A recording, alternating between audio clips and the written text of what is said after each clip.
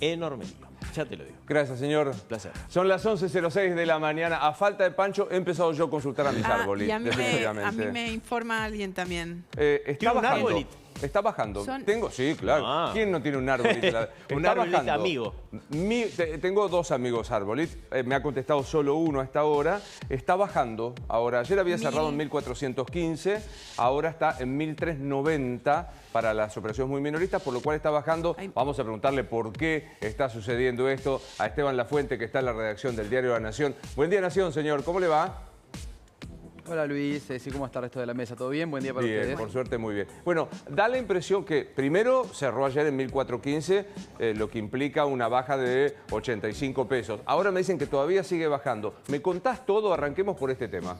Sí, era la baja de ayer que continúa ahora. Lo que te comentaban los operadores de este dólar blue minorista en estas operaciones es que hubo mucha consulta y pocas operaciones, es más como precio de referencia, pero que no terminaba plasmándose en un movimiento concreto. Y así como cuando hay una suba fuerte, como vimos hasta la semana pasada, mucho tiene que ver con consultas y medio esta temperatura en el mercado de no encontrar un techo en esa cotización, y entonces en esas pocas operaciones termina subiendo fuerte. Bueno, acá es lo mismo.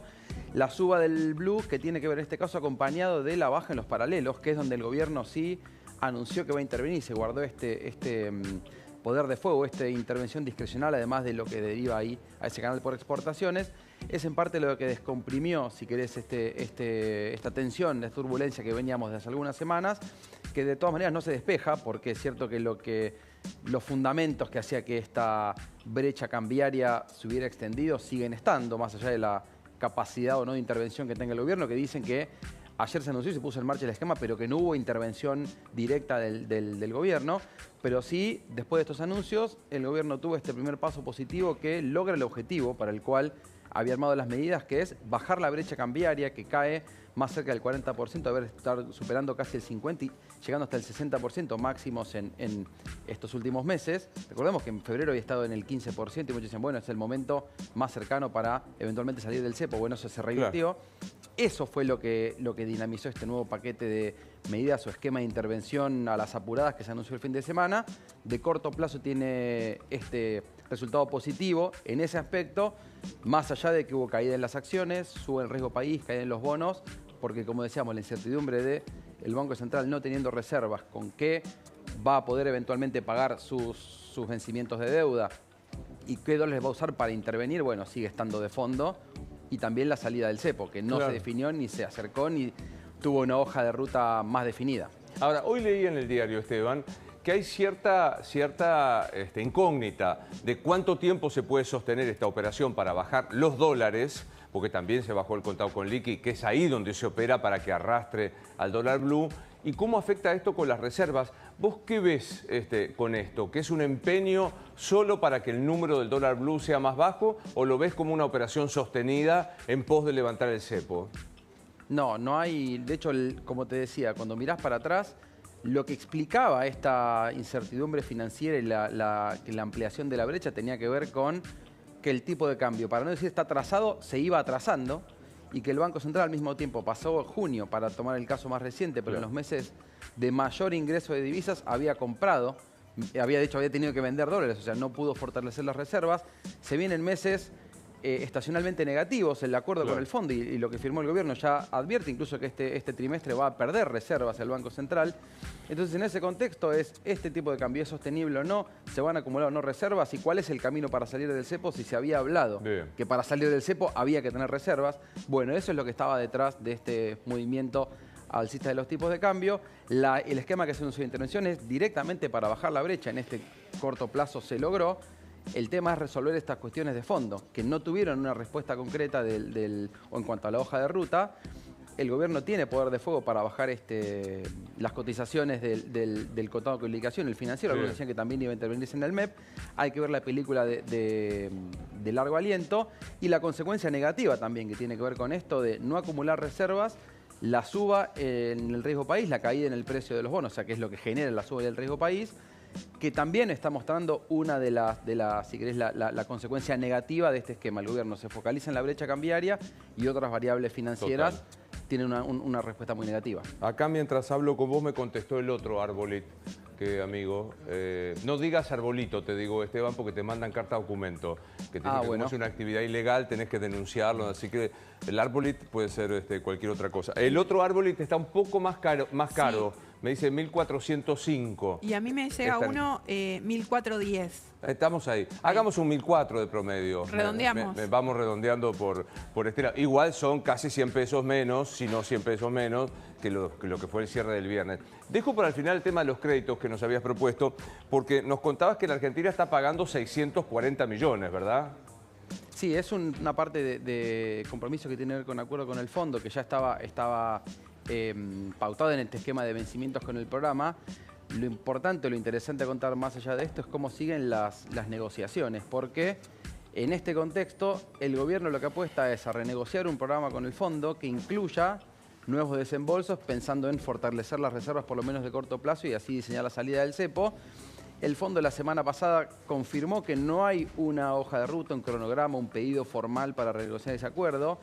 En la semana está esta reunión del G20 de banqueros centrales y ministros de finanzas, donde se espera que haya un encuentro entre Caputo y autoridades del fondo para avanzar en algún tipo de conversación, pero no hay nada definido con eso. Y esta decisión, sumado a diferentes pagos que hay en lo que resta del año, no voy a hablar para no irse a 2025, pero en lo que queda del año, es otro de los puntos que también va a presionar al calendario de vencimiento sobre las reservas. El Banco Central está diciendo, con este esquema, vamos a usar parte de los dólares que ingresen para intervenir en la brecha, con el objetivo anunciado de mantener constante la cantidad de pesos.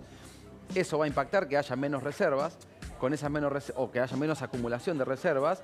La duda es, bueno, ¿y cómo se van a pagar los vencimientos que haya de deuda de moneda extranjera con un riesgo país que lo que más está mostrando es que es imposible refinanciarlo en el mercado? Bueno, esa incertidumbre se mantiene. Y también, de fondo, lo que comentábamos antes, las conversaciones con el FMI tienen que ver con cuál es el nivel cambiario. El fondo en marzo advirtió sobre la apreciación del tipo de cambio.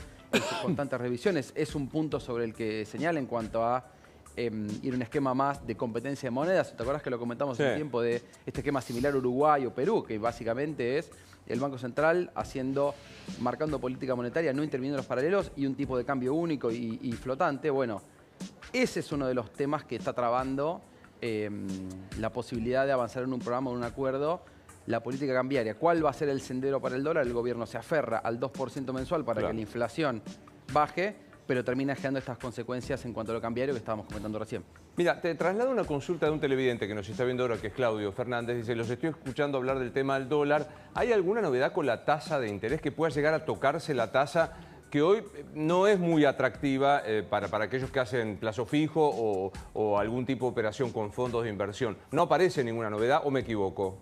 No no aparece con fecha confirmada. Lo que el gobierno busca, o por lo menos como se informó, es resolver, como plantean ellos, la cuestión de los pasivos remunerados del Banco Central, migrar toda esa deuda al Tesoro, que es un poco lo que está avanzándose, para a partir de ahí sí manejar el tema de la tasa de referencia que termine premiando a quien intenta mantenerse en pesos, que hoy pierde contra la inflación. Hace algunas semanas el ministro Caputo dijo la era de la tasa negativa llegó a su fin, no hubo cambios anunciados al respecto. Lo que por lo menos dejan trascender en cuanto a sus presentaciones oficiales en el gobierno es resolver los pasivos remunerados, que eso es lo que, según su óptica, generaba otro factor de emisión de pesos para remunerar esos pasivos, y subir la tasa de interés era generar mayor emisión. Y resuelto eso, avanzar una suba en la tasa de interés que fortalezca la demanda de pesos e intente calmar también esta dolarización que generaba la suba en los tipos de cambio paralelos, como estábamos hablando antes. Bien. Último tema para contar con vos, Esteban. ¿Hay nuevos créditos para electrodomésticos? Se trabaja en un esquema, tenemos ahí algunas placas para resumir un poco el plan. Dale. Lo que se busca es que desde la Secretaría de Energía y el Banco Nación sean estas dos líneas, créditos a 5 años y 24 cuotas sin interés, y dos nuevas líneas a tasa fija con este monto de 15 millones para hogares, pymes y comercios. Lo que apunta es a que se reemplacen algunos artefactos, aires acondicionados, ahí lo tenemos, ahí estaba, aires acondicionados, equipos de calefacción y demás, pensado especialmente para mejorar la eficiencia energética, reemplazar productos o electrodomésticos antiguos o de peor calificación energética por unos que sean más eficientes, que en muchos casos son más caros. Entonces esta financiación lo que busca es renovar el equipamiento de hogares, comercios y pymes para atender a un menor un consumo energético más eficiente. Los detalles se van a presentar porque esto todavía son como negociaciones o detalles que se están ultimando, pero si el plan es un esquema de créditos de hasta 24 cuotas, pensando en la renovación de estos artefactos. Trabajados con la Secretaría de Energía van a ser eventualmente los que estén ofrecidos o incluidos en el programa los equipos de mayor eficiencia energética, pensando en justamente permitirle a los hogares que estos equipos son más caros puedan ser reemplazados para tener un menor consumo, teniendo en cuenta el aumento en las tarifas que hubo en lo que va del año. Claro.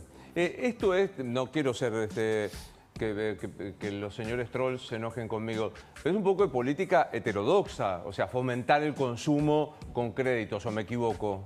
Sí, claro, es política heterodoxa porque son, como decíamos, la tasa fija en un contexto inflacionario.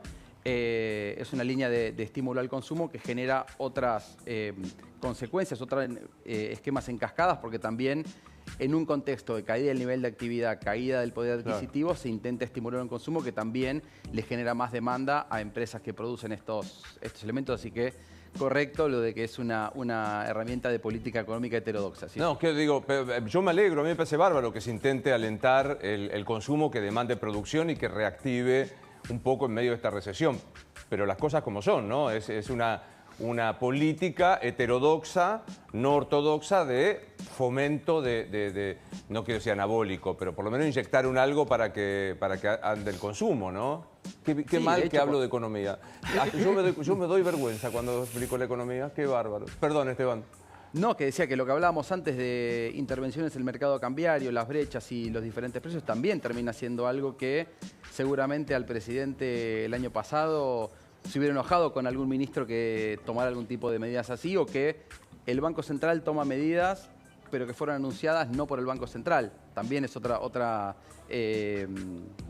concepto económico bastante ajeno a lo que por ahí el presidente, Claro, en su esquema más ortodoxo y liberal, presentaba hace algunos Qué años. bien lo ha dicho La Fuente, muy bien ha dicho. Escúcheme, vio que lo tenemos de vacaciones a Pancho Olivera. Véngase un día con nosotros a compartir las 3 horas, como estrella invitada. Le hacemos cartel francés y todo eso, ¿puede ser? Dale. Dale, nos ponemos de acuerdo. Gracias, Esteban. Estamos. Un abrazo para ustedes. Hasta luego. Esto sucede...